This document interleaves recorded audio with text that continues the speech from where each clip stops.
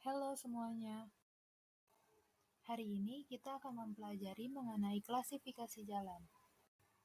Klasifikasi jalan diatur dalam Undang-Undang Nomor 22 Tahun 2009. Yang pertama ada klasifikasi jalan sesuai jaringannya, yang kedua klasifikasi jalan sesuai beban muatan sumbu, yang ketiga klasifikasi jalan sesuai fungsinya, yang keempat klasifikasi jalan sesuai peruntukannya, yang kelima klasifikasi jalan sesuai statusnya, dan yang keenam klasifikasi jalan sesuai kelas prasarana.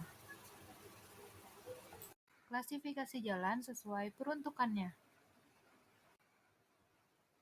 Pertama, jalan umum. Jalan umum merupakan jalan yang bisa dipakai semua orang, biasanya disediakan oleh pemerintah dengan menggunakan dana negara. Pembangunan dan perawatan semuanya menggunakan dana dari pemerintah. Jenis jalan ini bisa dipakai oleh kendaraan secara gratis. Pembuatan jalan umum memerlukan adanya pembebasan lahan agar tidak terjadi sengketa di kemudian hari. Kedua, jalan khusus. Jalan khusus bukan diperuntukkan bagi lalu lintas umum. Jalan khusus adalah jalan yang penggunaannya berbayar. Apapun jenis jalannya, selama itu berbayar, maka akan disebut jalan tol. Jalan tol dibuat dengan menggunakan dana gabungan antara pemerintah dan investor. Tujuannya adalah menyediakan jalan bebas hambatan dan bebas kemacetan untuk menghubungkan suatu titik kota dengan yang lainnya secara cepat. Klasifikasi jalan sesuai jaringannya. Pertama, jaringan jalan primer, yaitu sistem jaringan jalan dengan peranan pelayanan distribusi barang dan jasa untuk pengembangan semua wilayah di tingkat nasional, dengan menghubungkan semua simpul jasa distribusi yang berwujud pusat-pusat kegiatan. Kedua, jaringan jalan sekunder, yaitu sistem jaringan jalan dengan peranan pelayanan distribusi barang dan jasa untuk masyarakat di dalam kawasan perkotaan. Klasifikasi jalan sesuai fungsinya. Jalan umum menurut fungsinya di Indonesia dikelompokkan ke dalam klasifikasi fungsional seperti jalan arteri, jalan kolektor, jalan lokal, dan jalan lingkungan dari klasifikasi di Amerika Serikat dan Kanada. Pertama, jalan arteri merupakan jalan umum yang berfungsi melayani angkutan utama dengan ciri perjalanan jarak jauh, kecepatan rata-rata tinggi, dan jumlah jalan masuk dibatasi secara berdaya guna. Kedua, jalan kolektor merupakan jalan umum yang berfungsi melayani angkutan pengumpul atau pembagi dengan ciri perjalanan jarak sedang, kecepatan rata-rata sedang, dan jumlah jalan masuk dibatasi. Ketiga, jalan lokal merupakan jalan umum yang berfungsi melayani angkutan setempat dengan ciri perjalanan jarak dekat, kecepatan rata-rata rendah, dan jumlah jalan masuk tidak dibatasi. Keempat, jalan lingkungan merupakan jalan umum yang berfungsi melayani angkutan lingkungan dengan ciri perjalanan jarak dekat dan kecepatan rata-rata rendah. Klasifikasi jalan berdasarkan statusnya. Pengelompokan jalan dimaksudkan untuk mewujudkan kepastian hukum penyelenggaraan jalan sesuai dengan kewenangan pemerintah dan pemerintah daerah. Jalan umum menurut statusnya dikelompokkan ke dalam jalan nasional, jalan provinsi, jalan kabupaten, jalan kota, dan jalan desa. Pertama, jalan kabupaten merupakan jalan lokal dalam sistem jaringan jalan primer yang menghubungkan ibu kota kabupaten dengan ibu kota kecamatan, antar ibu kota kecamatan, ibu kota kabupaten dengan pusat kegiatan lokal, antar pusat kegiatan lokal, serta jalan umum dalam sistem jaringan jalan sekunder dalam wilayah. Kedua, jalan nasional merupakan jalan arteri dan jalan kolektor dalam sistem jaringan jalan primer yang menghubungkan antar ibu kota provinsi dan jalan strategis nasional serta jalan tol. Ketiga, jalan kota adalah jalan umum dalam sistem jaringan jalan sekunder yang menghubungkan antar pusat pelayanan dalam kota, menghubungkan pusat pelayanan dengan persil, menghubungkan antar persil, serta menghubungkan antar pusat pemukiman yang berada di dalam kota. Yang keempat, jalan provinsi merupakan jalan kolektor dalam sistem jaringan jalan primer yang menghubungkan ibu kota provinsi dengan ibu kota kabupaten atau kota, atau antar ibu kota kabupaten atau kota, dan jalan strategis provinsi.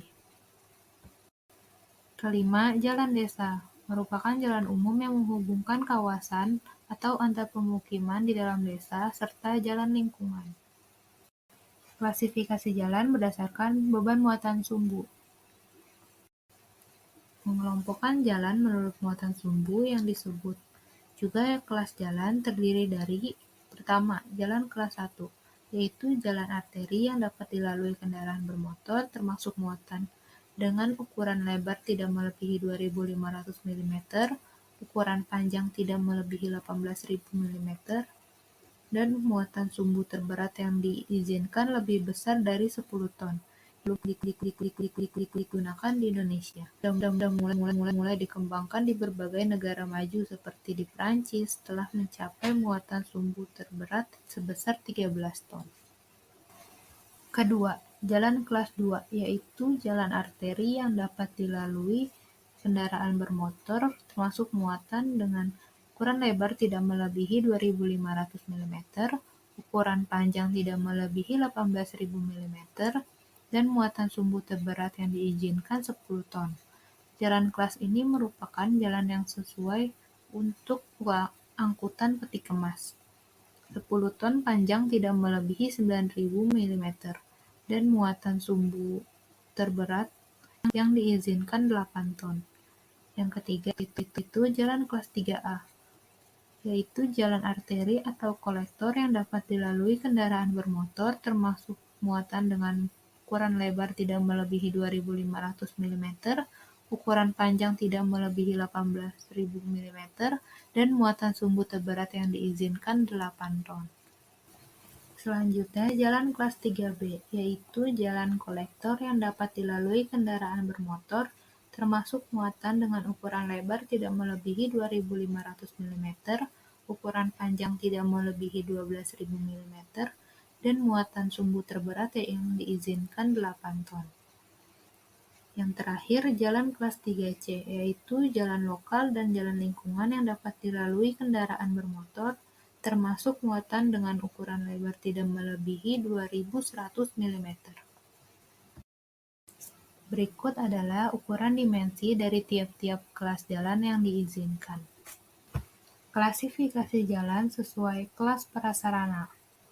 Pertama, jalan bebas hambatan, yaitu jalan yang memiliki prasarana yang dapat meminimalisir hambatan perjalanan, sehingga jalan bebas hambatan memiliki pengendalian akses masuk secara penuh.